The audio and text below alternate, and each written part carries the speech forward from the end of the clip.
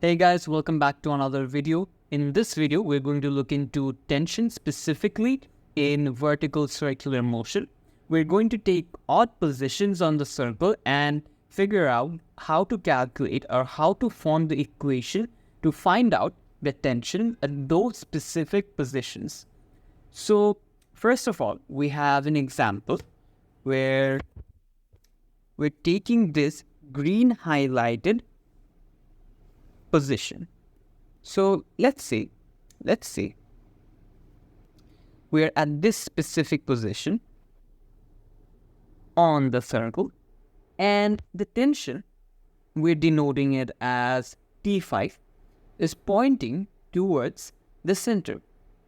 Now previously we have looked at examples where the positions were either at 1 or 3. Now that made the equations much simpler. Why? At position 1, we know both T1 and mg entirely are acting towards the center, which is vertically down. Now for a case where position was 3, we could see that the entire tension was pointing upwards towards the center, and the entire mg or the weight was pointing downwards, away from the center, and perpendicular to the surface. Therefore, we did not have to figure out any sort of component. Now, if we take an odd position, naming it position 5, what happens now? Let's figure out the forces that are acting.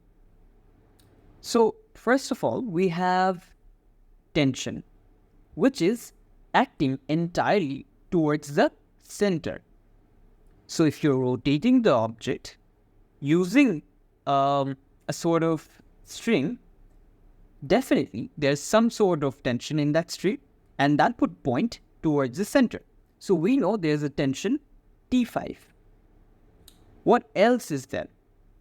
We know there is the weight of the object, mg, mass of the object times g.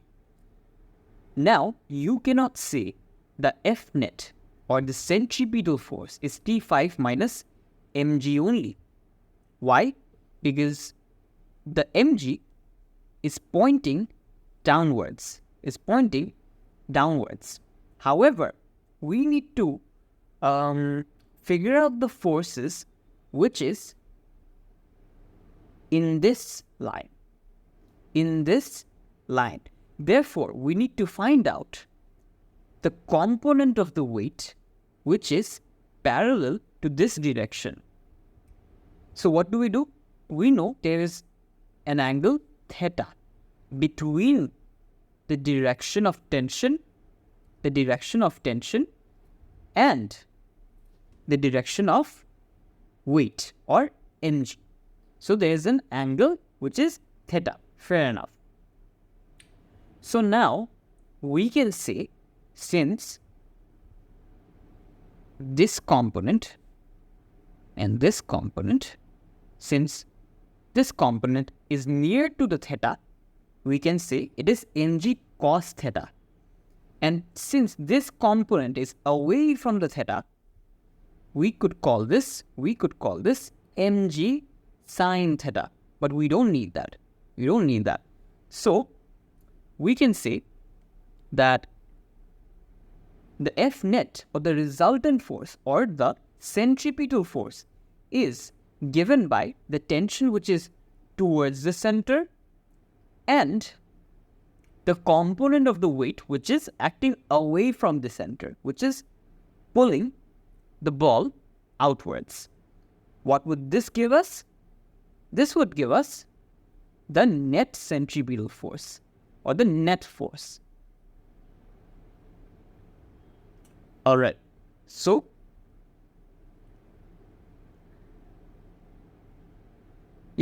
the T5 is basically, or the tension is greater than the component of the weight. As a result, there would be a resultant force or FC, centripetal force. Fair enough. Now, we can substitute in this line, we have substituted the value of Fc or Fnet, whatever you want to call it, which is mv square by r. You know Fc is given by mv square by r. So we have substituted that expression for Fc. Now what do we have? We have an equation which is for tension. We have made tension the subject by taking mg cos theta on this side, and we have made T5 or tension the subject. So we have an expression for the tension which is mv square plus mg cos theta. For which position? Position 5. Position 5. Alright, fair enough.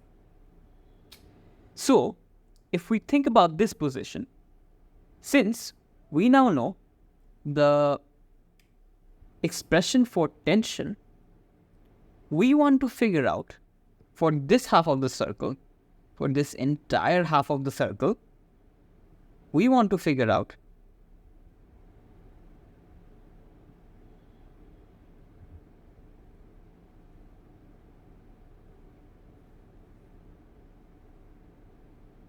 so we want to figure out when the tension is maximum and when the tension is minimum.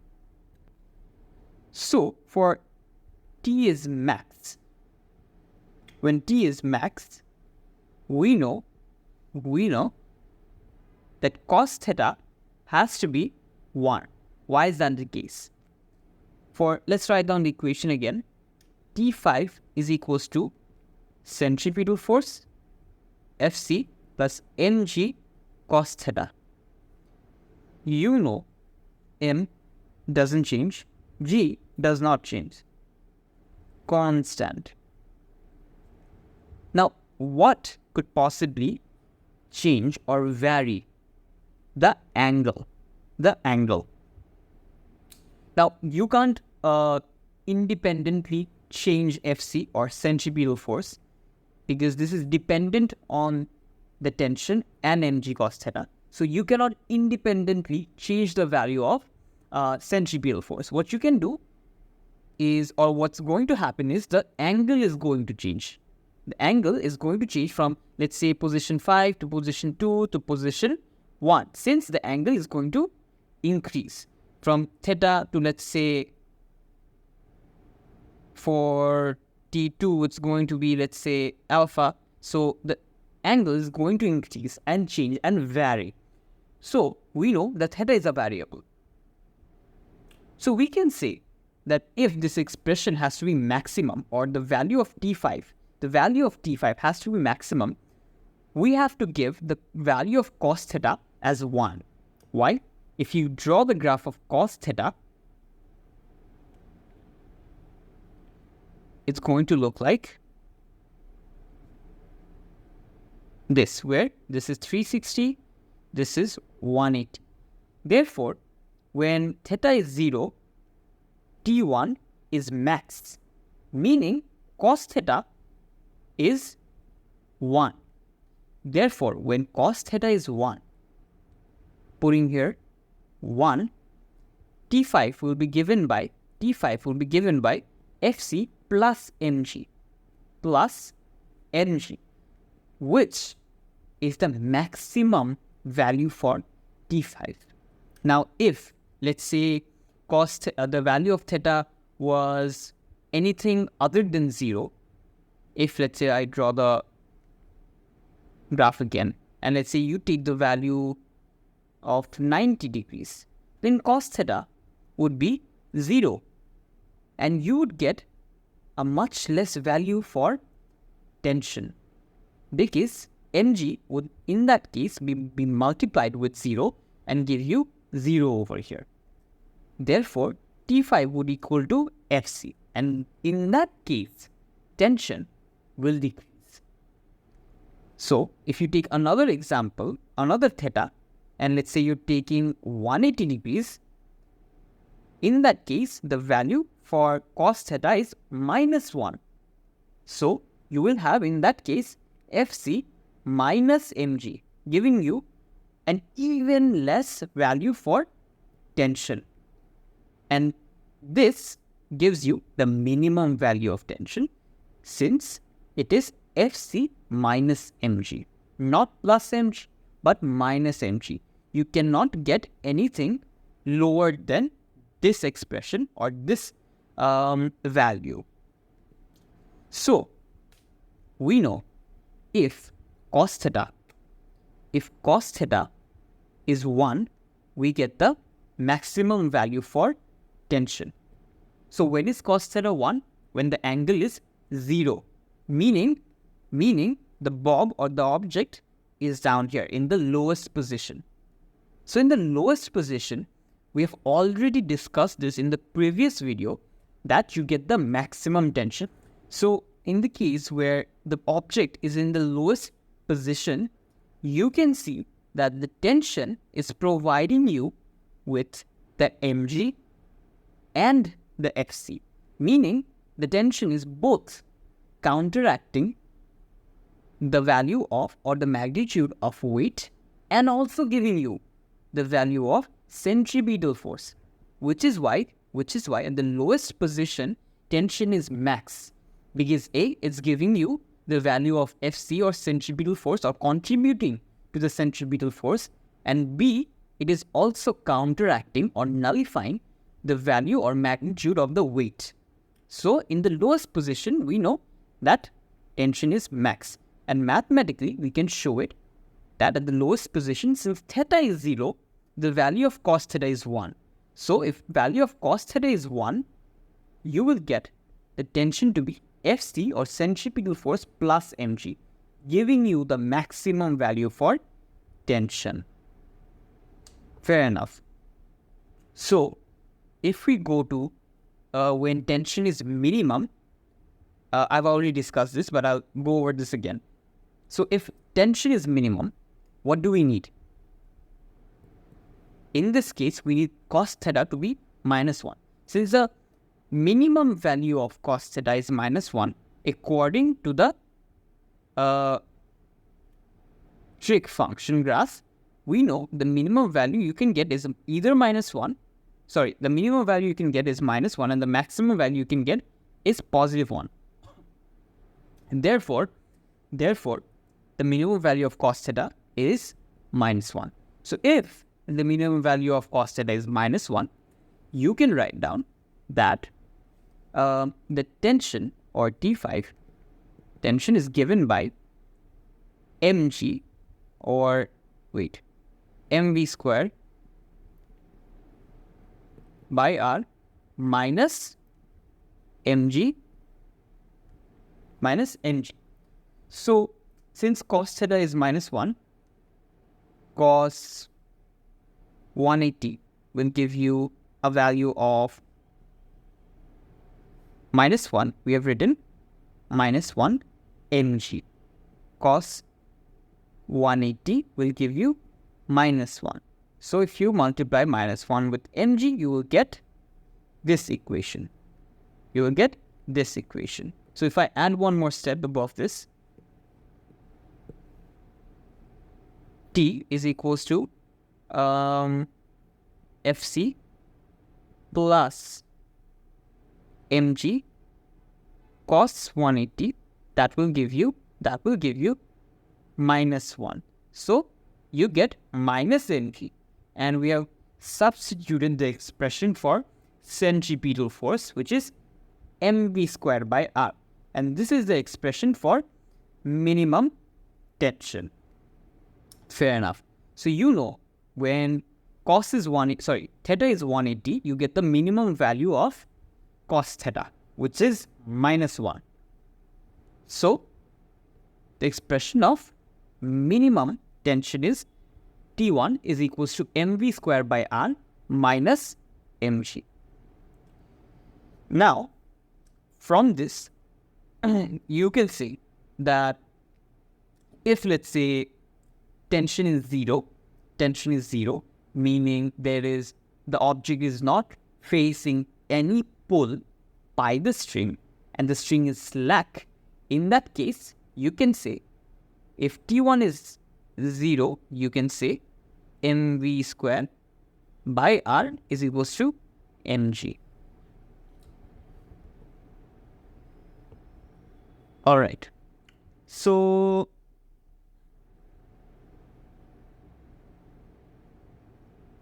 I've already talked about when you can have the minimum speed, which is at tension is equals to 0 in the previous videos.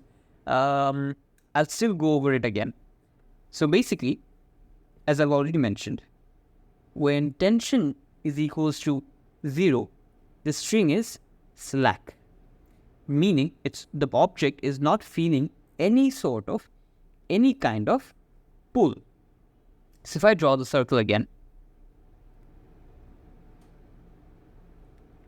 and the object is at the topmost position, and let's say that the tension is 0, T is 0,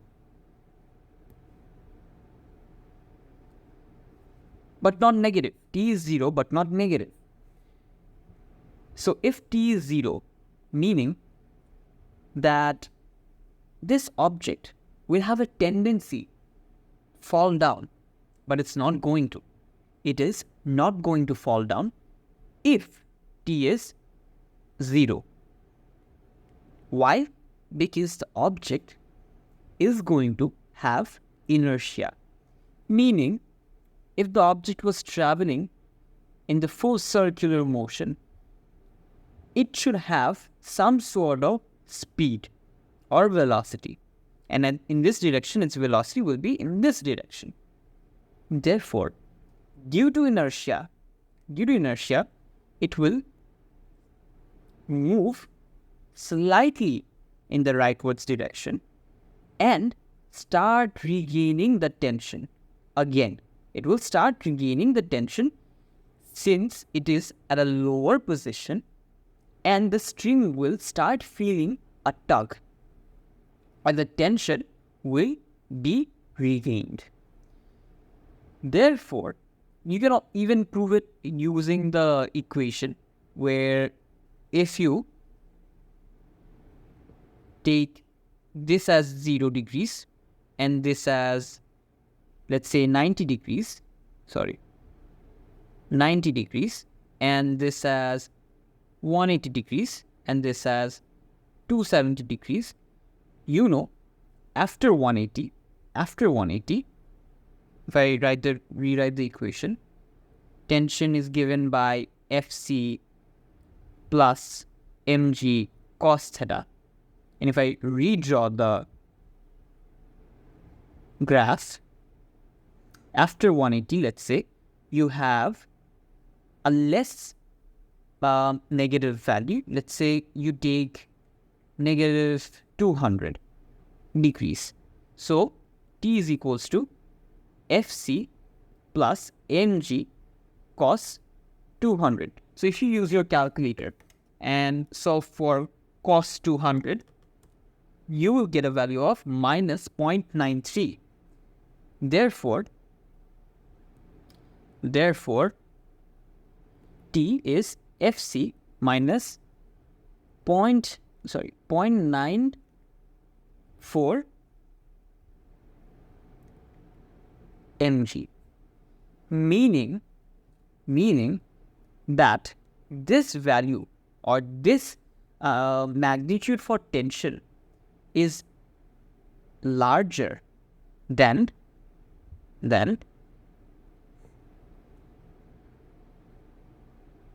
this value of tension.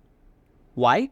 Because in this case, in case 1, you're only subtracting 0.94 times mg, whereas in case 2, you're subtracting the entire mg from mv squared by r, or from the centripetal force. So even mathematically, you can prove that when the object starts moving away from this position in this direction, the tension, the value or the magnitude for tension starts increasing eventually. And why will it move towards the rightwards direction? Due to inertia. Therefore, you know that you can consider T or tension to be 0 at the topmost position and calculate the minimum velocity. So, if I put that into equation, you can say, since F net, the centripetal force at the topmost position is given by mg, which is downwards, and tension, which is also downwards, you can put the value of tension to be 0.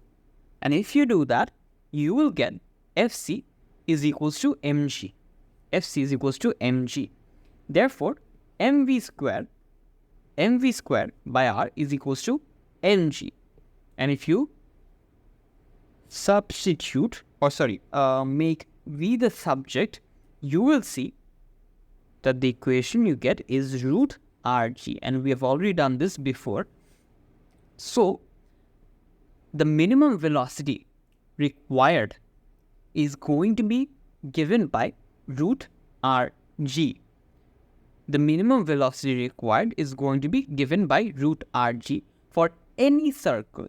If you know the radius and the gravity, you can find out the minimum velocity, any object, regardless of their mass. You can find out the minimum velocity.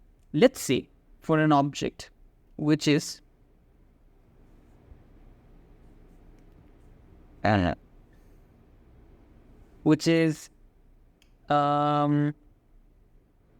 going around a circle with radius 5 meters. You will know that the minimum velocity of this object, be it small, be it large, it does not matter for the minimum velocity, since the minimum velocity for any object, in this case of 5 meters of radius, is going to be 5 times 9.81, giving you a value of 7 meters per second. This should be the speed of the object to be able to complete one entire oscillation. If you do not have this value for speed, it would fall down at the topmost position or earlier, depending on the magnitude of the speed. But to complete one entire oscillation, you need 7 meters per second of speed. And this applies for 10 grams of an object or 1000 kg of an object.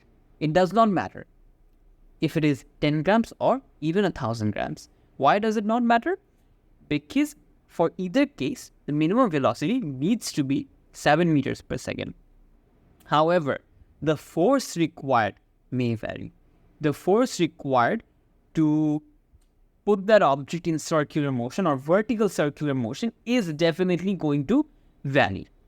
You would have to give or apply a larger force or a larger tension to move 1000 kg object compared to a 10 gram object. So the force may vary, but the minimum velocity will not vary. Alright, so in summary, if you have too less of a speed, it won't complete one entire oscillation, or it will not go around a full circle. It will slack. The string will slack and fall down. If the speed is too much, more than the string can handle, the string will break off. And where will this happen? At the vertically bottom position, the lowest point on the circle. Why? Because in this case, we have figured out the tension is max when it is at the lowest position, where mg cos theta is mg, because cos theta is maximum, giving you 1. So, at the lowest position, tension can be maximum. At the topmost position, tension will be minimum. Alright. So, that's it for this video. Next, we'll look into... what do we look into? Contact forces. Okay, fair enough. See you in the next video.